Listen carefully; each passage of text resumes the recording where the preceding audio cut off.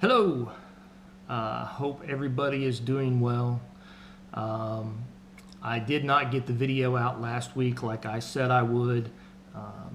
I got to be careful because this is all in God's timing, and He pressed some things upon my heart that I needed to do some looking into, some reading, some research. And I did that this week, so that's why I'm just now getting to this video. The book, the first draft of the book is almost complete. That's what I was working on this week. There were some things that I changed, some things I looked at a little bit differently that I think will to help myself and everybody else out more.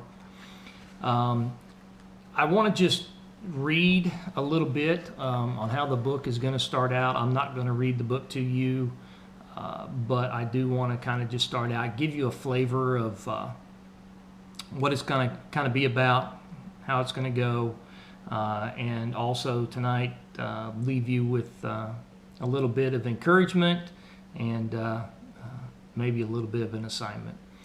So we'll just, this won't be a long video, but we'll go through this, and I hope you enjoy it. What in the world have I done? I stood in the middle of a grassy area just off the street where the bus dropped us off.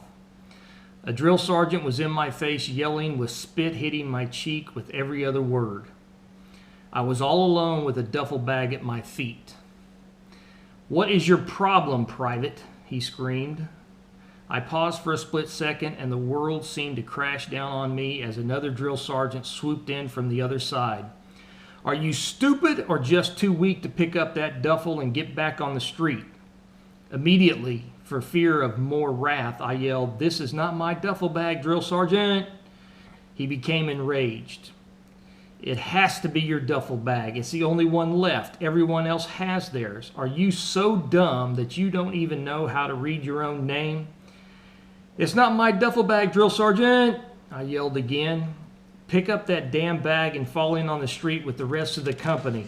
I have never seen anyone so stupid they didn't even know their own name." I grabbed the bag and ran to the street. Dropping it at my feet, I stood at the position of attention. Humiliated, scared, all my fears started to sweat out of me. We had arrived at Fort Benning, Georgia just after midnight. The bus ride from Fort Jackson, South Carolina had been relaxed. The drill sergeant had sat up front and never said a word during the 6-hour trip. As we passed through the gate at Fort Benning, he stood up and faced the back of the bus. "You are now on Fort Benning. You will not talk. You will not laugh. You will not smile. You will sit at the position of attention, facing forward with your feet and knees together." Oh no. My mind froze. Where did the peaceful drill sergeant that had sat quiet for the past 6 hours go? We knew at that point that we were in deep trouble. What would be next?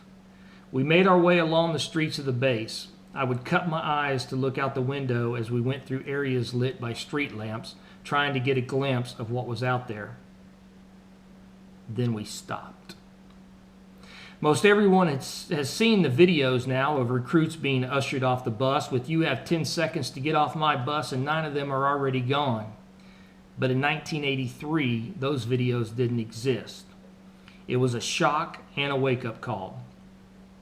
He yelled, "Grab the bags underneath the bus, stack them in the grass, and get into formation."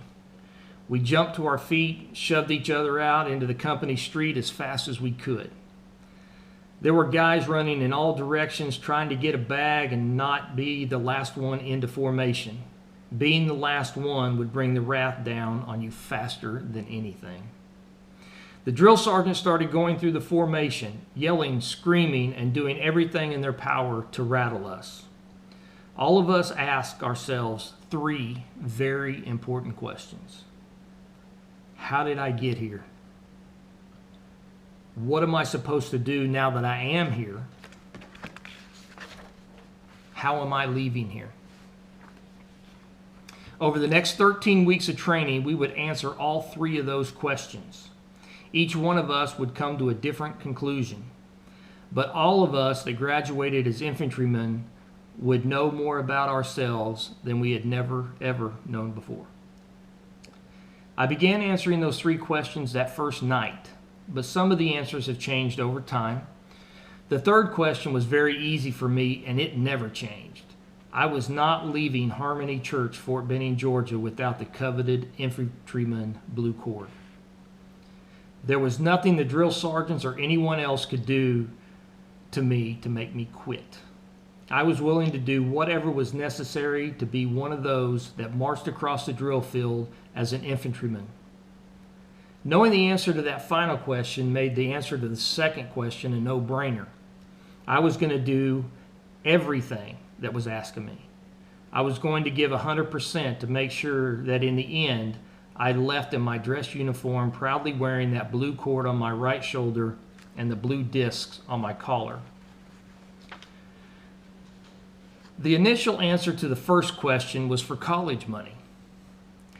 You have to remember that I was a young 18-year-old kid who was away from home for the very first time. I wasn't a dumb person. I got good grades in high school with little effort. On the other hand, I wasn't a real deep thinker either. Now, 37 years later, I can tell you that I joined the Army to make my dad proud.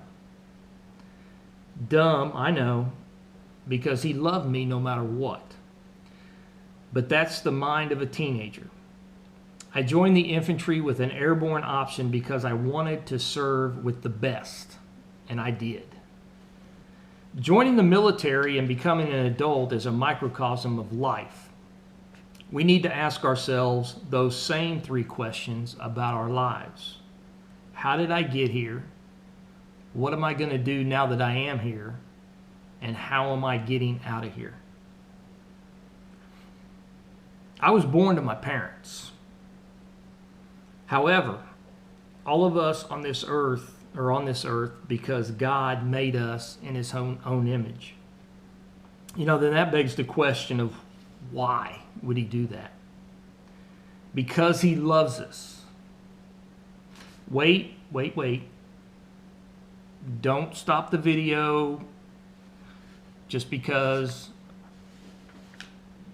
you don't want to hear about some magical being in the sky. I'd been a Christian for 24 years the first time I found myself in that dark place with a gun in my hand, and I didn't want to hear it either. Trust me here.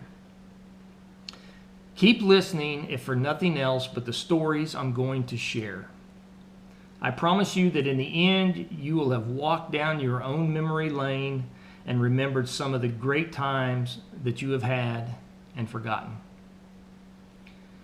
All of us are going to have to decide what we are going to do with the few decades that we have here on planet Earth. You know, I've heard it said that we have a born date and a death date. It's what we do with the dash in between that makes the difference. So how are we going to get out of here? All of us are going to end up 6 foot deep in the ground. No one escapes death. But what if you were told that you could live forever? Would you be interested? I know I would. If I have the opportunity to live forever, count me in. So this is a story about my life. How I have lived my dash so far, and how I plan to live the rest of it. How I have screwed up more times than I can count. How I have had the honor to serve next to some of the most incredible men ever put on earth. How I have dealt with fear, anxiety, love, success, failure, and thoughts of committing suicide. How God has blessed me beyond anything I could have ever dreamed of or hoped for. How God can bless you and bring you out of that dark place in your life. If you were looking for a book only about combat or this story only about combat, this isn't it. If you're looking for a story about how I was part of saving the world, this isn't it. If you are looking for a story that is raw, candid, about life, you found it. We're going to talk about life, family, time in the military, marriage, divorce, thoughts of suicide, and God. You know, it's my prayer that through my life story, you'll be able to identify and feel like you could have written this story yourself. There's going to be highs and lows, light and darkness. But in the end, we win. Are you ready? Then grab your ruck, throw it on your back, and let's start marching.